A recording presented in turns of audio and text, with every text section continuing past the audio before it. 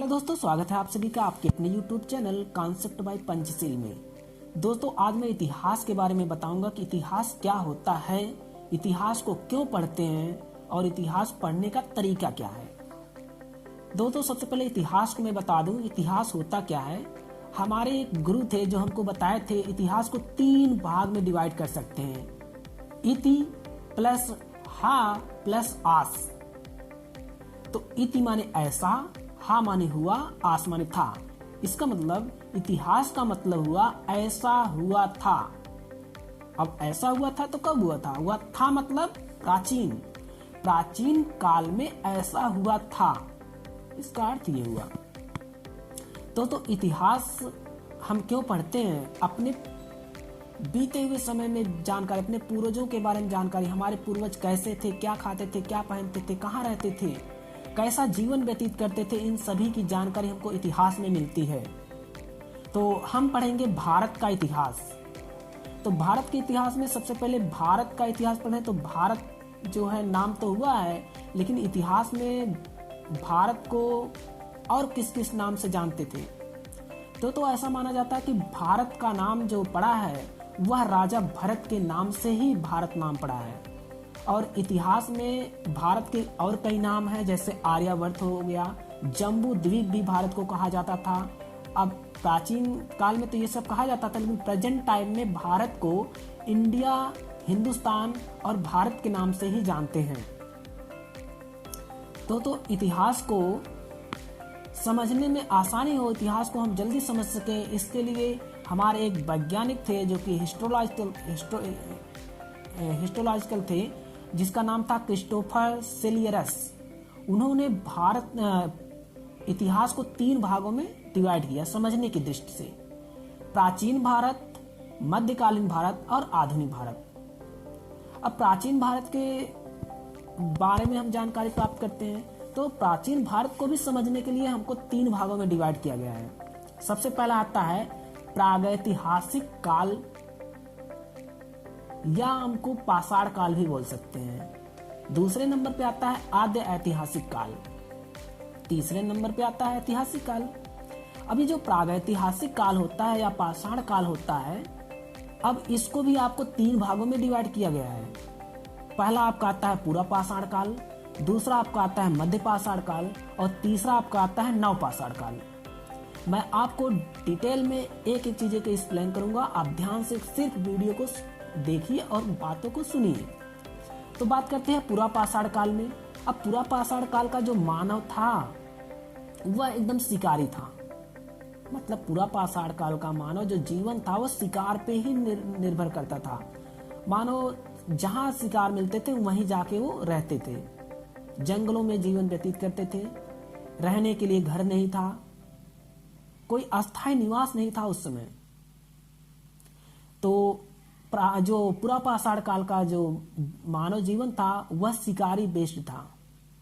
और हाँ, पूरा पाषाण काल में मानव ने आग की खोज भी की थी। आपसे पूछा जाएगा कि आग की खोज किस काल में हुई थी? तो सबसे पहले प्रागैतिहासिक काल में तो हुई थी, लेकिन प्रागैतिहासिक काल में आपका पूरा पाषाण काल में हुआ था आग की खोज, पूरा पाषाण काल। इसके बाद आते हैं मध्य पाषाण काल में। तो मध्य पाषाण काल में मानव और धीरे धीरे आगे बढ़ा, जानकार हुआ। तो मध्य का पाषाण काल में मानव ने पशुपालन करना शुरू कर दिया। अब जब पशुपालन करेंगे तो पशुओं के लिए एक स्थान रहना चाहिए। तो इसके बाद क्या होता है कि वह थोड़े थोड़े कहीं कहीं रहने लगे, मतलब हमेशा के लिए नहीं रहने, लेकिन कुछ समय के लिए कुछ समय पर कुछ जगह पर रहने लगे कि हाँ यहाँ पे हम इतने दिन रहेंगे, खाना खत्म हो जाएगा, दूसरी जगह रह लेंगे। तो मानव मध्य पाषाण काल में एक अस्थायी निवास की तरह रहने लगे। अस्थायी नहीं था भी, उनका निवास स्थान अस्थायी नहीं था, अस्थायी था। तो पूरा पाषाण काल में आग की खोज और पशुपालन कब शुरू हुआ? मध्य पाषाण काल में। और पशुपालन के साक्ष्य जो मिले हैं वह कहाँ पे मिले हैं? वह आदमगढ़ में मिले हैं। आदमगढ़ में कहाँ? होशंगाबाद कहाँ स्थित है? तो मध्य प्रदेश में मिले हैं। मध्य प्रदेश के होशंगाबाद में जो पशुपालन के साक्ष्य मिले हैं, जो कि मध्य पाषाण काल के थे। अब आ जाते हैं नवपाषाण काल में। दोस्तों नवपाषाण काल का जीवन जो था वह कृषि पर आधारित था। यहाँ पे आती है कृषि की शुरुआत। मानव जीवन कृषि करने योग्य कब सफल हुआ, तो वह आपका हुआ नवपाषाण काल में। जब नव कृषि करना शुरू कर दिया, अब एक स्थान से दूसरा स्थान पर सामान को, मतलब आपके फसल को काटना, फिर उसको ले जाना होता था।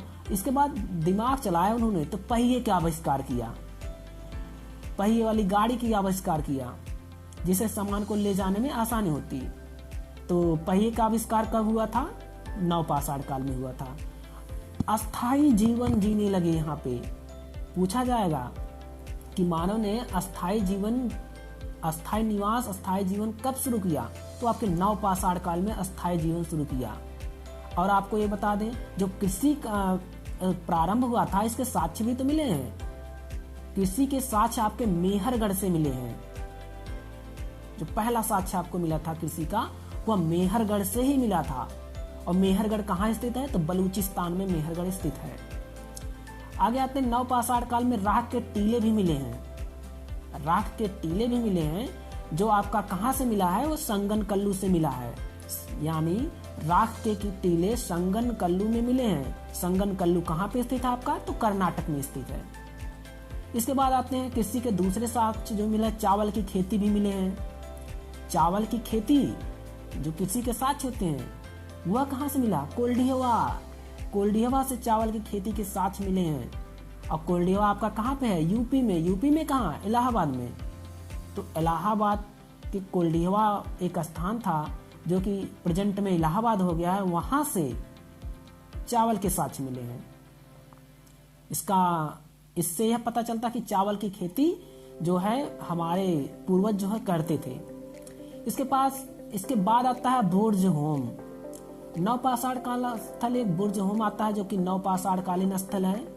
तो नवपाषाण कालीन स्थल बुर्ज होम जो कि कश्मीर में स्थित है, वहां पे क्या मिला है? मानव गर्तावास के साथ पालतू पशु के साक्ष्य मिले हैं। इसका मतलब मानव के साथ पालतू पशु जो होते थे, उनको भी दफना दिया जाता था, जो कि कहाँ मिले हैं? बुर्ज होम। बुर्ज होम कहाँ स्थित है आपका? कश्मीर में। तो आपके ये जो नवपाषाण काल आपके स्थल हो गए, कौन कौन से हैं? एक तो आपका बुर्ज होम हो गया। बुर्ज होम में क्या हुआ? मानव गर्तावास हो गया। दूसरा आपका संगनकल्लू जो कि नवपाषाण कालीन स्थल है, वह कहाँ? वहाँ पे क्या मिला है? तो वहाँ पे राख के टीले मिले हैं, वह कर्नाटक में स्थित है। तीसरा आपका जो नवपाषाण कालीन स्थल आता है, वो आता है मेहरगढ़। तो मेहरगढ़ कहाँ पे स्थित है? तो मेहरगढ़ में पहले कृषि के साक्ष्य मिला है, जो कि आपका नवपाषाण कालीन स्थल है। तो पहला कृषि के साक्ष्य कहाँ से मिले हैं? मेहरगढ़ से। मेहरगढ़ कहाँ पे स्थित है? बलूचिस्तान में। और इसके बाद आता है कोल्डिहवा। आप लोग जानते हैं कोल्डिहवा बहुत ही इम्पोर्टेंट है, जो कि यूपी में स्थित है। वहाँ से चावल के साक्ष्य मिले हैं। मध्यपाषाण कालीन स्थल की बात कर लेते हैं। तो मध्यपाषाण कालीन स्थल आदमगढ़ हो गया, जो कि होशंगाबाद में स्थित है। वहाँ पे क्या है? पशु के साक्ष्य मिले, पशुपालन के साक्ष्य मिले हैं। तीसरा आप तक आता है महदहा, जो कि आपका मध्यपाषाण कालीन स्थल है। महदहा कहाँ स्थित है? प्रतापगढ़ में स्थित है महदहा। वहाँ आदमी और स्त्री के शव मिले हैं।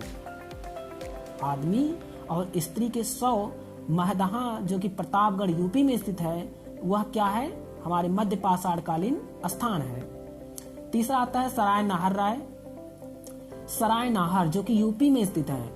यहाँ पे क्या मिला है? एक साथ कब्र में 300 मिले हैं। एक साथ कब्र में 300 कहाँ से मिले हैं? तो आपका मिला है सराय नाहर। कहाँ पे स्थित है? यूपी में। किस काल का स्थान है? ये मध्यपाषाण काल का है। तीसरा आता है बागौर, जो कि राजस्थान में है।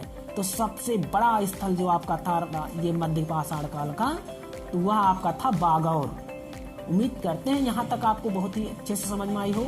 मैं नेक्स्ट पार्ट में इसके आगे के जो बात है उसको डिस्कस करूँगा।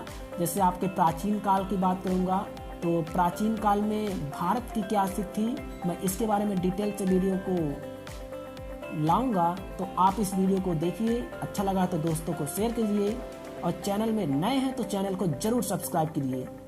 और यदि आप इस वीडियो को 2 बार देते हो तो आपके दिमाग में चीजें एकदम से बैठ जाएंगी, याद करने की जरूरत नहीं। उम्मीद करते हैं कि आपने चैनल को सब्सक्राइब कर लिया होगा। धन्यवाद।